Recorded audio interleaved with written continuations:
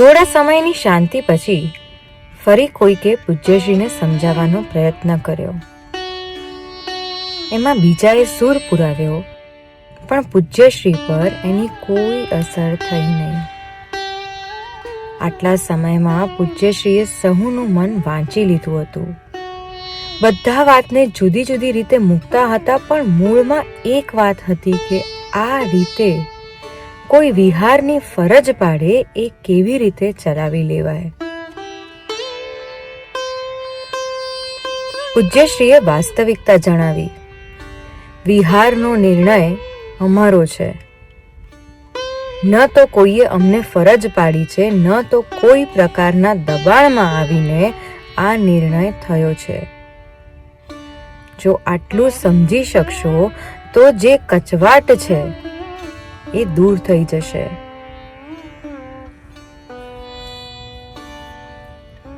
એક શ્રાવકે કહ્યું, સાહેબજી, સંમેલનમાં થયેલા નિર્ણયનો અમલ આપણે આપણા સ્થાનમાં જ ન કરાવી શકીએ એ માટે જ કોઈ તોફાન કરાવે અને આપણે ઈરાદાપૂર્વક કરાતા તોફાનને મહત્વ આપીને આવો નિર્ણય કરીએ, એનો સીધો અર્થ તો એ જ થયો કે આપણા પક્ષ કરતા વિપક્ષ બળવાન છે.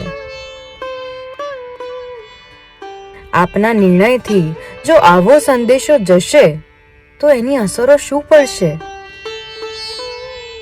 સંમેલનના નિર્ણયો કાગળમાં જ રહી જાય એવું નહીં બને? આ મોટું નુકસાન નથી?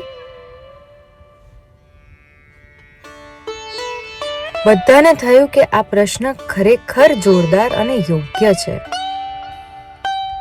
સહુએ મનોમન પ્રશ્ન કરતા શ્રાવકને અભિનંદન આપ્યા, પણ નજર તો પૂજ્યશ્રી પ્રત્યે જ મંડાયેલી હતી.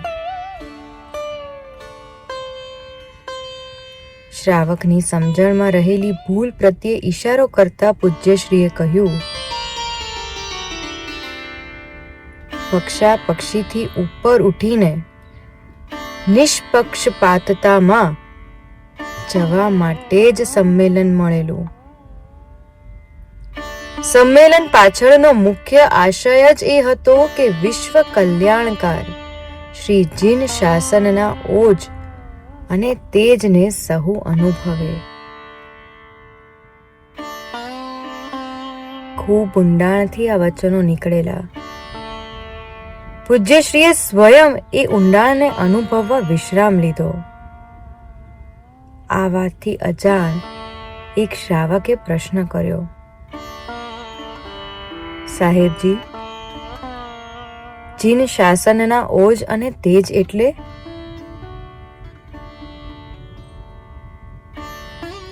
પૂજ્યશ્રીએ પ્રશ્ન સાંભળ્યો છતાં મૌન સેવ્યું. અલ્પ વિરામ પછી પૂજ્યશ્રીએ ઉત્તર આપ્યો, અનેક પ્રકારના ભેદ પ્રભેદો છતાં સર્વ સાથે અભેદતાનું અનુભવન એ જ શ્રી જીન શાસનના ઓજ અને તેજનું અનુભવન છે. મારા પરાયાનો ભેદ મટી જવો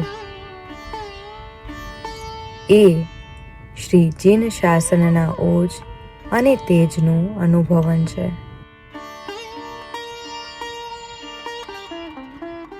આવા અનુભવનથી જીવ મૈત્રી ઊંડાણ અને વિસ્તાર પ્રાપ્ત કરે છે.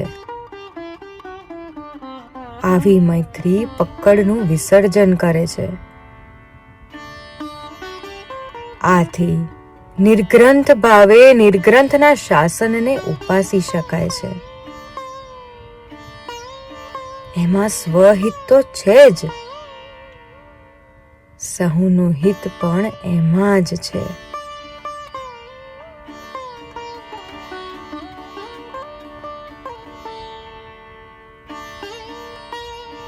ગુરુદેવ. આ ક્ષણે કલિકાલ સર્વજ્ઞનું વચન ઉપસ્થિત થયું છે.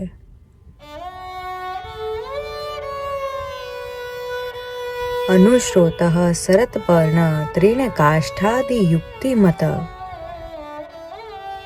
પ્રતિશ્રુતઃ શ્રયત્વસ્તુ કયા યુક્તયા પ્રતીયતામ